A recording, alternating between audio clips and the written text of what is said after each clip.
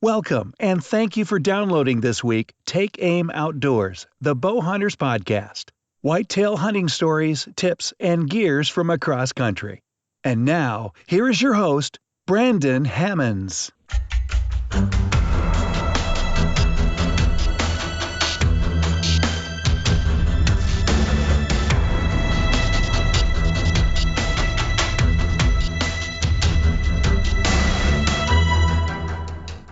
All right, we are back. Brand new episode, Take Aim Outdoors, and excited to have Baker Leavitt back with me today.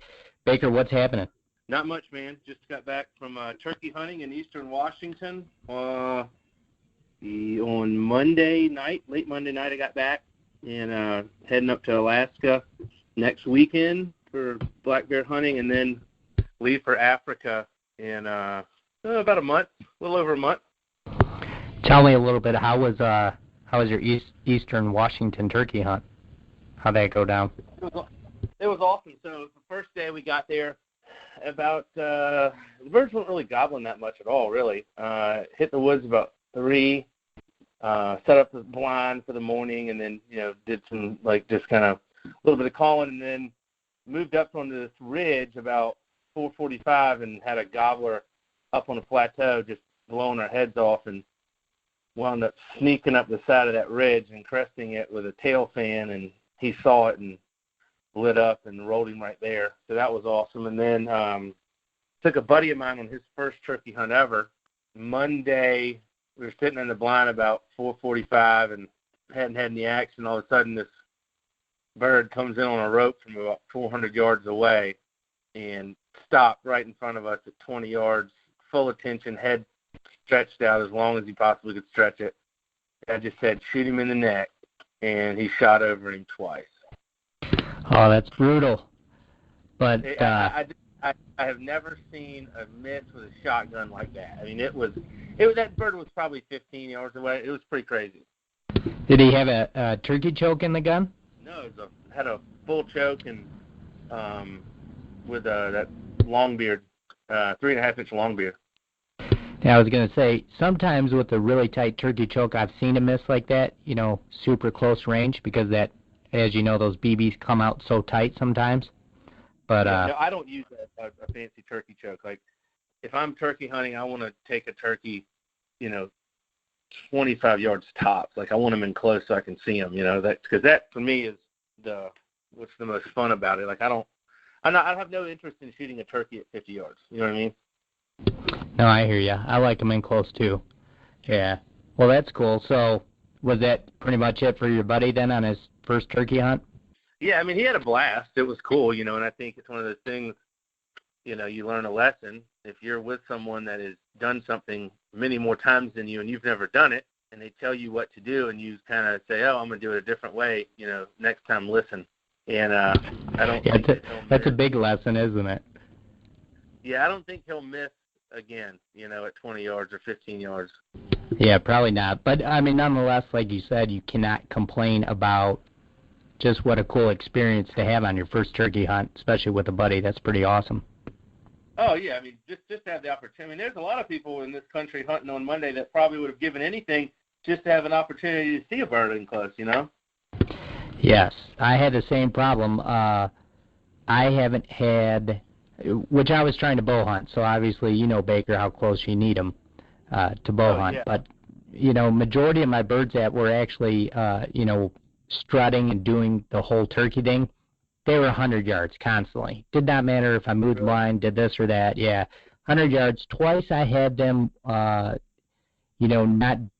where the toms had broken away from the hens, and probably the same 2 times, 2 different days, walked by the blind at 35, 40 yards, but just in the brush and sticks and limbs and just within the arrow, I just could not get them to stop moving to sneak a shot through that stuff. So, and then went on vacation for a week. So I just have not had the opportunity to have that kind of classic, spring turkey hunt where they come, gobbling in and strutting and all the fun stuff. All that was, I swear, every day was 100-something yards away from me. It's like so close but so far away, you know what I mean? Yeah, it's just a little bit further, a little bit closer. Yep, that's all I needed. No, I haven't. Next year, I think that's going to be part of the game plan. This year, I just, popped up a double bowl and did the whole decoy thing. But next year, I'm going to do that just for something fun to do and try to shoot one with the bow. That way, it'd be cool. Yeah, I was down in Oregon, Southern Oregon, a couple of weeks ago, and fanned one in from about 200 yards away. Just came in on a rope because he was between me and his hens. He had 5 hens behind him, and he wasn't going to leave them just to come to another hen call. So I just kind of grabbed that fan and hopped out in the middle of that field, and he saw me and came on a rope. I mean, which is just a rush. And then the next day had a Tom come in with a broken beard. His beard was like snapped in half. Looked like a little Jake beard, but he had a full fan. And so we just watched him and recorded him. And then that afternoon, right around lunch, went over to this other spot up this mountain and down the other side of it, and had another big old Rio just come crashing in and rolled that one. So, I mean, I've had a pretty good turkey season so far. I got 2 Rios in Southern Oregon, and then I got 1 Merriam here in Eastern Washington. So I don't know if I'm going to go again. I'd like to, but, our season in Washington starts April 15th and ends the end of May, and it should start April 1st and end May 15th because we basically, the last 2.5, 3 weeks of turkey season for us are they're basically all bred, Yeah, you're right. This week is about it, and then it makes it really tough, and it kind of takes that enjoyment out of, to me, what spring turkey hunting is. It's for sure. Yeah, you're just like ambushing them or still hunting them. Exactly, and that's one thing I hate doing with turkey. I do not want to deer hunt my turkey hunts. No, not at all. Not in the least bit. So what's up? You're headed to Alaska to do what now? So I'm going with the guys from 60th Parallel Adventures. There's some filmmaker friends of mine. They live up there, and there's a bait site up there that they have, and I'm going to go hunt the bait site with them. So you're going to do a black bear, spring black bear. Yep. Are you doing one of the islands? No. It'll be just outside of Palmer, Alaska. Okay. All right. Well, that's cool. So you're going to go hunt with John and Casey. That would be pretty fun. Yeah, I can't wait. When do you leave for that? I'm sorry. So they'll check the bait. Bait was set like 2 weeks ago. John's like on vacation and Casey's out of town for 5 days. So they'll check it probably Friday night when they get back. And it's been hot up there, so the bait should be turned on. There should be some bears hitting it. So most likely next weekend I'll be heading up there. Well, that's super exciting. So tell everybody, Baker, what's that process like? Can you basically get a black bear tag over the counter? Or Yep. Yeah. So are you allowed one tag? Is it male, female, or how's that work? Yeah, as I understand it, it's either sex. Obviously, I would like to shoot a boar. I don't want to shoot a sow. And I'm just going to grab one, Unless, I'm going to grab one because it's basically daylight up there, like 24 hours a day for the most part. And so it's a long sit. You're sitting 4 or 5 hours in the morning, and then you go back, at like, in the evening from like 7 to midnight, which is going to be strange. That is weird, right? That's a weird feeling. Yeah. To not only hunt that late, but to think you're like hunting bear at like 10:45. Yeah, no, that's just, I'm curious as to how my body's going to respond to that, just because my biological clock, it's like sitting there in broad daylight at midnight, it's going to be weird, It is, because you talk about it, but a lot of us really have that. Like, I'm on a bizarre 11 p.m., 7 a.m. pattern. Like, I'm pretty tight with that unless it's hunting season, and then, you kind of can train your body, to sleep a little less, stay up a little bit later, which just naturally happens with hunting season. But yeah, I could definitely see myself almost, getting pretty relaxed around 10 p.m., like, holy crap. Yeah, but I think the fact that it's going to be daylight, is going to be weird. Like, that's what I'm curious about is, like, how is my body going to react to sitting in a stand at 11 p.m. at night when it's broad daylight, Yeah, I think that would be weird, but I think your body still knows. You know what I mean? But it would be bizarre thinking like, oh, it's 10 o'clock, but it's yet so bright out. Yeah, that's really strange for me. It's like extremely strange, I think. Yeah, for sure. So that's super cool. But yeah, I'm very excited about it. Yeah, I would be too. So the spring, you said you're allowed one bear? Yeah. One bear, so that's cool. Yeah, so I'm going to hopefully get a big old bull, which is the goal.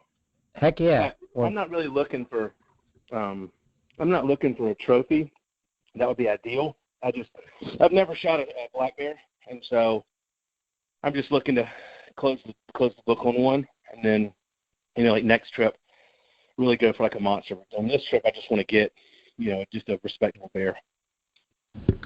Yeah, for sure. It's always nice to go and kind of, set a goal, even if, like you said, just to shoot something that's very respectable and go from there, because that way you kind of get to learn a little bit more. You're not so much on edge of trying to shoot a bear that's, 8 foot square, so to speak. Right. Yeah, just looking for something, just get a nice rug, get some meat. Yeah, that's super cool. I wonder. Yeah, that's the plan. What's the? I know you said it's super warm right now, but do you know what the extended forecast kind of looks like? They said like in the mornings it'll be cool, but like it gets pretty warm up there, and just dress in layers because apparently it'll be pretty hot in the days, especially if the sun's shining for the whole day. Yeah, that makes it a little uncomfortable. You definitely got to have the right gear for that, especially if it, like you said, that's, to me, reminds me of turkey hunting here in Michigan. Like it's super cold in the morning.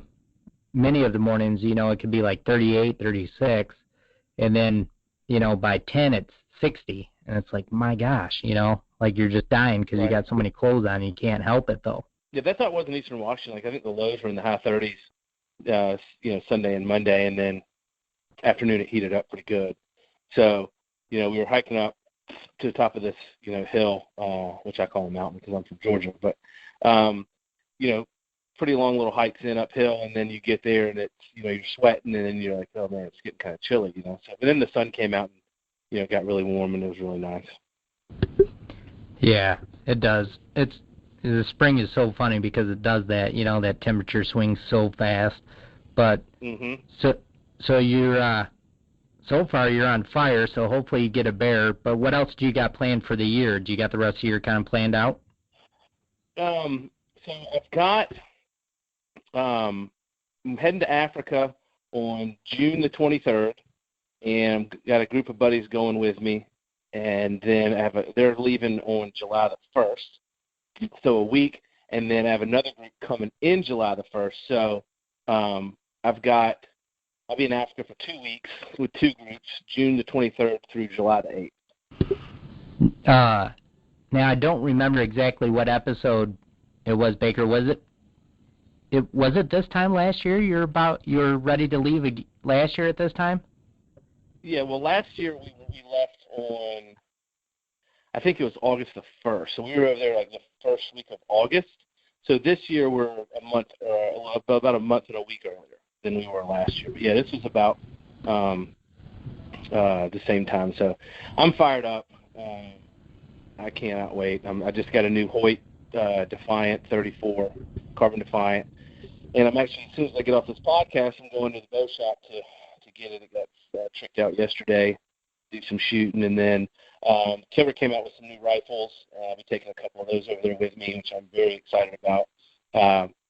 And then Leupold just came out with some thermal optics, and I'm going to go for get a couple jackals over there at night, and I'm going to go after a bush pig, which is done at night as well. So I'm really excited. So I can't wait. Yeah, I know. Well, I got a couple questions though. So is the Hoyt already all set up? You have it tricked out already? So what's that again? Your Hoyt, do you already have it tricked out, like your gear put on it? I dropped it off yesterday, and they tuned it and put my sights and all that good stuff on. So I'm heading over there today to get it and shoot it for the first time. All right. So what did you pick as far as gear goes? What kind of stabilizer, sight and rest you rolling with? So my sight is the Cam Hanes sight. It's 6-pin. That Cam Hanes sight. It's the one I had on my previous bow. And then my rest is, I don't even know. Like it's interesting. Like a lot of my friends are really into gear and tech talking and stuff. I am not. I don't know who makes my arrow rest. I don't know. I know the sight just says Cam Hanes on it. And which is actually a Spot Hog, I believe. Yeah. I know very little. I don't get into the gear stuff. I don't have much room left in my brain for stuff, so I try to limit it, and I let the experts do the expert stuff. But so I'm excited. I'm gonna go shoot it. Can't wait. Bigger than my Bowtech Destroyer, but it's lighter, and I'm really excited about it. I can't wait. Yeah, no, it's a super fine bow, super nice. I mean, everything about it is awesome. What was I going to ask? Oh, the Loophole. Didn't they just come out as well, Baker, with a like a handheld or single one-hand held like thermal imaging, basically, or thermal heat to like recover game? Yeah, so I've got a couple of those on the way being sent to me now. Excited about getting those over here. That'll be I'm excited to check those things out because the bush pigs in Africa are nocturnal, and so we'll be going after those, which will be good, and then jackals as well. So I cannot wait. We did some early the first week of February. Aaron Snyder from Kafaru and Brian Cole, Eddie Bowman, and I were down in Alabama hunting with Brian Broderick from Lost Arrow Films. And we were there a week, and then Michael Heil and I left. We left Alabama and went over to Georgia and did some night hog hunting with a couple buddies of ours, Mark Woolley from Sub 7 Productions. He's a camera guy for Crutchley and Tiffany, and then Eric Campbell. And I think we rolled 27 hogs in one night, which was just an unbelievable experience. Yeah, was that I vaguely remember, Baker, but that was kind of like a, would you call it like a hunting club, or was it a hog tournament, like a weekend hunt? It was a hog tournament. Okay. It was a hog tournament. I think we got like first through fifth place. We the biggest hogs. So we got a bunch of hogs, and then the top 6 biggest, and that was a blast. But we used a bunch of thermal stuff and infrared optics for that, and it was just a blast. But yeah, the Africa thing, super pumped. This will be my 3rd and 4th trip, and I've got a couple animals that I don't have yet on the book. So I'm going to get a Gims buck, maybe a red hartebeest, definitely a bush pig, jackal, steenbuck, a diker, and I can't decide if a big kudu walks out, I'll probably grab one of those, take one. If not, I'm probably thinking about doing like a giant Cape Eland. That would be neat. I mean, you got a pretty good list going. It's so bizarre because, where else on earth do you actually have to, like, decide? You know what I mean? Like, decide that you could potentially kill 6, 7 different species in a week or so. It's crazy. Oh, yeah, for sure. Yeah, no. So our package is zebra, blue wildebeest, impala, blessbuck, warthog, and then a jackal or baboon. So I didn't get a baboon last year. I didn't get a jackal last year, and I will plan on getting both of those on this trip, and then I'm going to add some stuff that I don't have from my previous 2 trips. So I've taken a nice southern kudu before, but these kudu are a little bit bigger and just different. So I'm considering, I don't know. There's a saying over there, take what Africa presents you. So I'll get in the blind with my bow or getting that big rifle stand with my kimber, and we'll just kind of see what happens. But all my buddies are doing the package, and a lot of them will add on a couple of different animals, like a Gims buck or a kudu or something like that.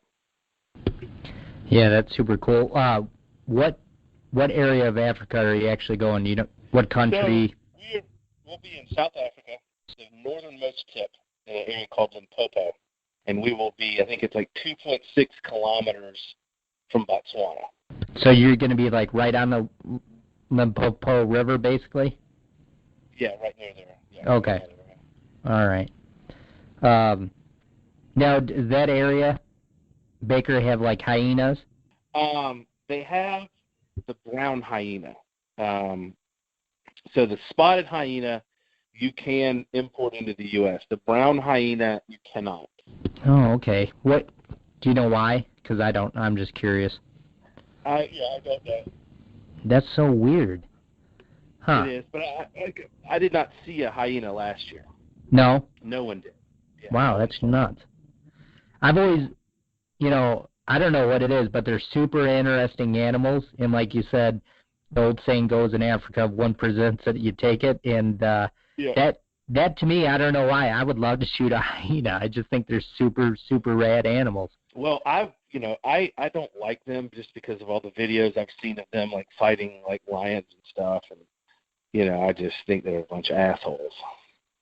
Oh yeah, they're not nice. Yeah, they're total asses. And, yeah, totally. Yeah, and their bite strength is like they eat like bones, like they chew up bones, and like you can tell hyena scat because it's white because of the amount of bones they eat. Yeah, it's nuts. I mean, they're really kind of underrated for being, what I would call an alpha predator. They're North America's version of a wolf, basically. Yep. Oh yeah, for sure. But yeah, I can't wait to get back. I'm trying not to think about it, but it's hard because all my buddies that are going, none of them have ever been, and they're just nonstop chitter chatter, like, oh my God, I can't believe I'm so fired up. Oh, I wouldn't shut my bow today. I'm fired up.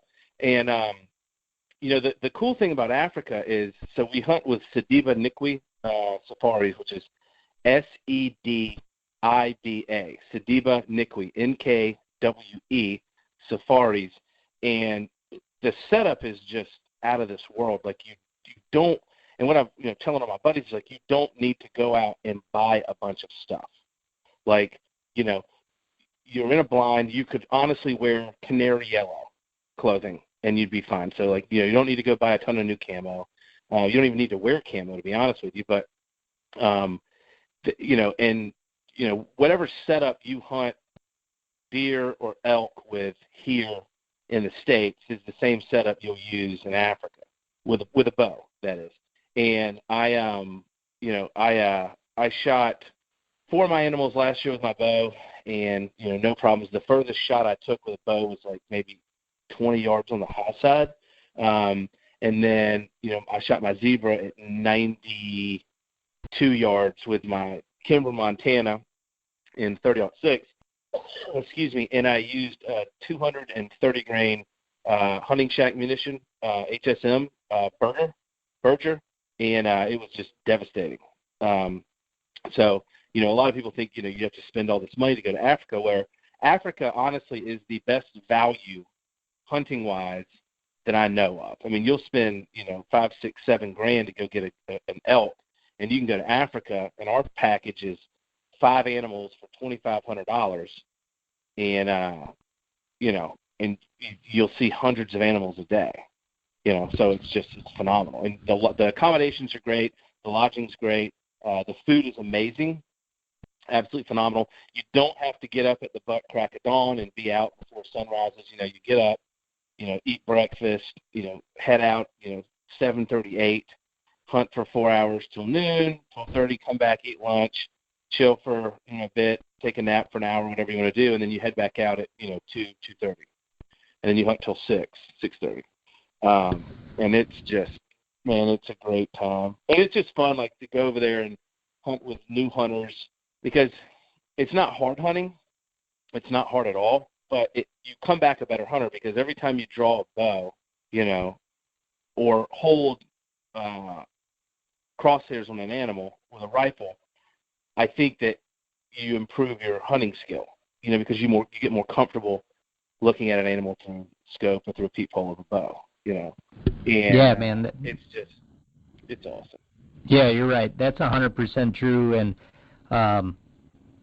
you're right about several things. Like I've always heard about the gear situation, exactly what you said, and unless you're hunting something, Baker, like a Cape buffalo, your normal white-tailed mule deer setup is going to get the job done, besides that particular animal. Like, they're going to let you hunt 90% of the animals in Africa with your normal whitetail mule deer setup, which is very, very cool.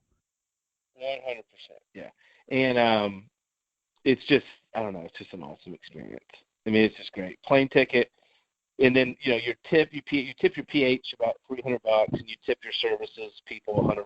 So, I mean, all said and done, flight, hunting, everything, you're in and out for probably $3,900, tip, everything included. Yeah, and like you said, if you do the math, you're honestly probably spending more to hunt elk in Colorado than you would be to go hunt, like you said, 5-6 animals. That's a huge value. Yeah, and it's like combining hunting with a vacation, because you don't have the distractions that you have back in the States. Wife, kids, job, whatever that is.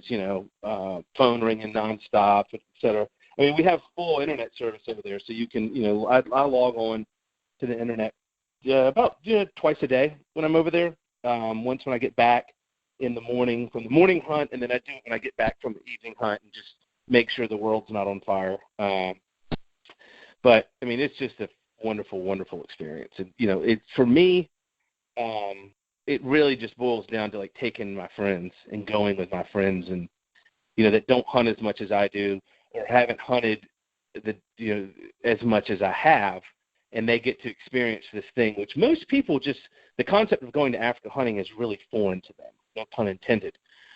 But it's just like, people are like, how do you do that? It's like, well, you find an outfitter, you book a trip, you buy your plane ticket, and you go. And they're like, well, what about shots and all this? I was like, you don't need any shots. There's no vaccines to get. There's none of that. You're going to Africa. They don't have malaria. You don't have to worry about that. It's a developed country. You have the internet, and you'll be, surrounded by friends, So, but last year, my buddy Adam King shot a Cape buffalo. Ariana shot a giraffe, which went completely viral with anti-hunters.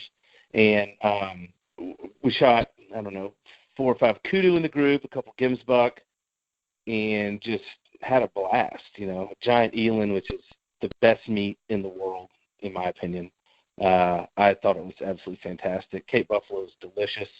Cape buffalo was like grass-fed beef. It was just out of this world. And then we had the first night we had an Impala schnitzel, which my mouth is watering just thinking about it right now. It was so good. Man, it was delicious.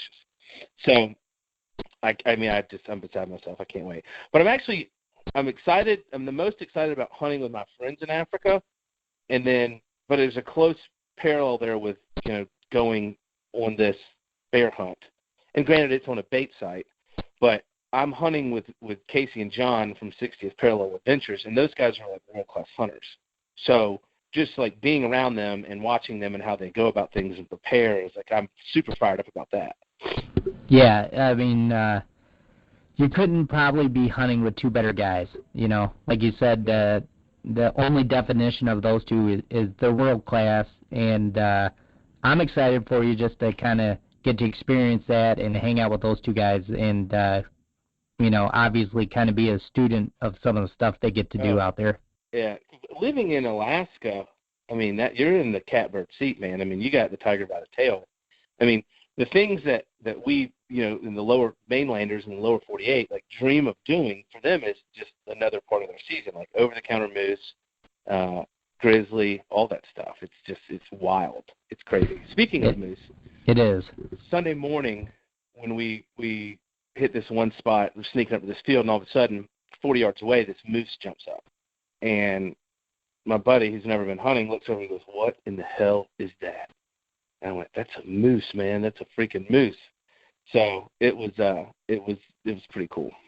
That is cool. Yeah, you don't get to see those very often, and especially somebody that's never seen one has no clue that, just the top of their back's going to be 8 feet off the ground is just crazy.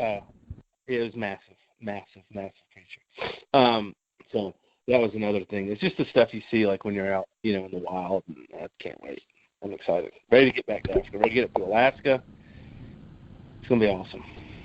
Yeah, I'm excited for you, man, and I'm excited for you to get back, and hopefully we can hook up and do another show and kind of hear some of the hunting stories from after the fact. Oh yeah, for sure. We'll do an episode with Michael Howell's been on your show before, right? Yeah, actually, both you guys were on the same time once. Yeah, Michael's going with me. Howell's going, so it'll be interesting. I can't wait for him to get over there. Yeah, I'm excited for you. Excited just to hear you, talk about, which we don't talk about enough, is just some of the friendships and getting to hang out with buddies and do all that stuff and experience a very great hunting camp with friends is just some of the stuff that you take with you for a lifetime.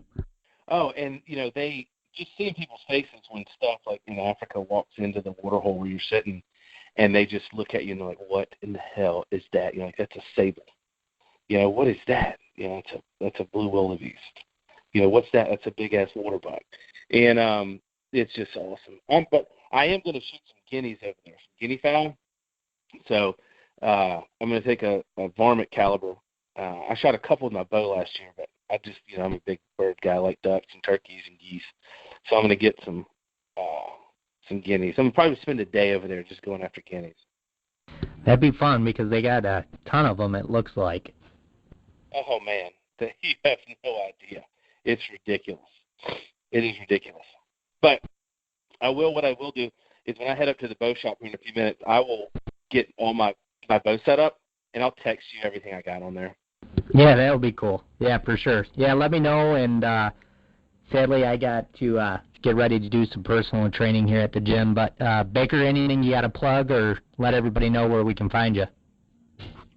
Black Baker on Instagram, or Black Baker on Twitter, or Baker Leavitt on Facebook.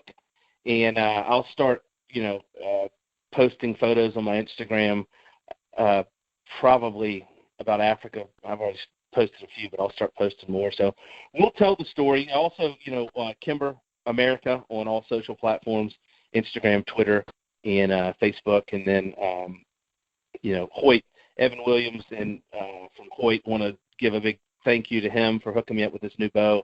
And Aaron Snyder and the Gritty Bowman.